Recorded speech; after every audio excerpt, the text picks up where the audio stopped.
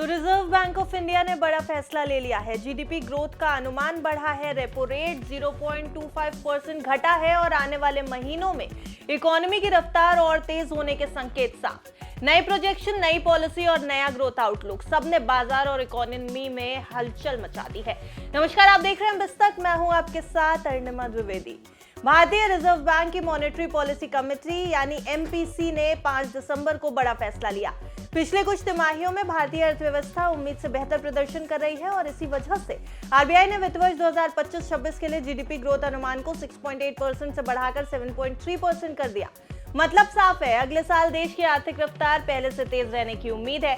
तिमाही आधार पर देखें तो वित्त वर्ष 2026 की तीसरी तिमाही के लिए ग्रोथ अनुमान 7%, चौथी तिमाही के लिए 6.5% किया गया। वित्त वर्ष 2027 की शुरुआत भी मजबूत रहने की उम्मीद जताई। Q1 में 6.7 और Q2 में 6.8% का ग्रोथ अनुमानित। यह बढ़ा हुआ अनुमान किसी उम्मीद या अनुमान पर नहीं बल्कि ठोस आंकड़ों पर आधारित है। जुलाई सितंबर वाली तिमाही यानी Q2 FY26 में इकोनॉमी 8.2% की गति से बढ़ी, जबकि आरबीआई पहले सिर्फ 6.8% की उम्मीद कर रहा था। पिछले 6 क्वार्टर में सबसे तेज ग्रोथ। नॉमिनल जीडीपी भी 8.7% रही, जो पिछले साल के स्तर से काफी करीब है। ये मजबूत डेटा ही आरबीआई को उसका डिसीजन लेने में सहायक बना और आगे के जोखिम को लेकर के गवर्नर ने कहा कि ये फिलहाल संतुलित है, कोई चिंता नजर नहीं आ रही, लेकिन हालात पर नजर जरूर बनाए रखी जाएगी। इसी बैठक में सबसे बड़ा और आम लोगों पर असर डालने वाला निर्णय हुआ रेपो रेट में कटौती।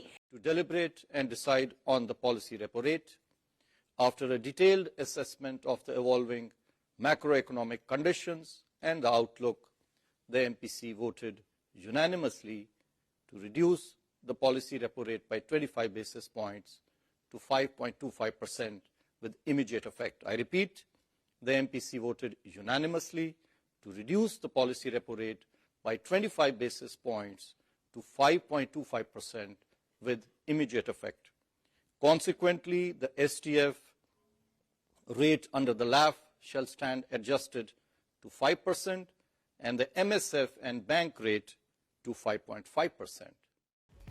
एमपीसी ने सर्वसम्मति से ब्याज दर को 25 बेसिस पॉइंट घटाकर 5.25% कर दिया है। यह कटौती तुरंत लागू मानी जाएगी। आरबीआई गवर्नर संजय मल्होत्रा के मुताबिक महंगाई 2.2% यानी 2.2% के आसपास है और साल की पहली छमाही में ग्रोथ करीब 8% रही। कम महंगाई और मजबूत अर्थव्यवस्था को उन्होंने गोल्डीलॉक्स स्थिति कहा है, यानी एक ऐसा समय जो विकास और स्थिरता यानी डेवलपमेंट और स्टेबिलिटी दोनों के लिए बिल्कुल आदर्श है। और इसी माहौल का फायदा उठाते हुए आरबीआई ने ग्रोथ को और तेज करने के लिए ब्याज दर घटाने का फैसला किया। रेपो रेट के साथ एसडीएफ को 5% और एमएसएफ और बैंक रेट को 5.50% किया गया। ब्याज दर कम होने का सीधा असर लोन ईएमआई पर पड़ता है, कर्ज सस्ते होते हैं, निवेश बढ़ता है और बाजार में खपत तेजी पकड़ती है। इसी के साथ दिसंबर में आरबीआई ओपन मार्केट ऑपरेशन के जरिए 1 लाख करोड़ रुपए के सरकारी बॉन्ड खरीदने भी वाली है। इसका मतलब यह है कि बैंकिंग सिस्टम से ज्यादा लिक्विडिटी आएगी और कर्ज देना आसान होगा। महंगाई के मोर्चे पर भी आरबीआई काफी कॉन्फिडेंट दिखा। वित्त वर्ष 2026 के लिए सीपीआई महंगाई अनुमान सिर्फ 2% रखा गया। तिमाहियों में देखें तो तीसरी तिमाही में 0.6% और बाकी सभी तिमाहियों के आंकड़े आपके सामने हैं। देखिए, आने वाले समय में महंगाई बड़े खतरे की ओर नहीं जाती दिख रही और आर्थिक फैसलों को इसने आसान बना दिया है।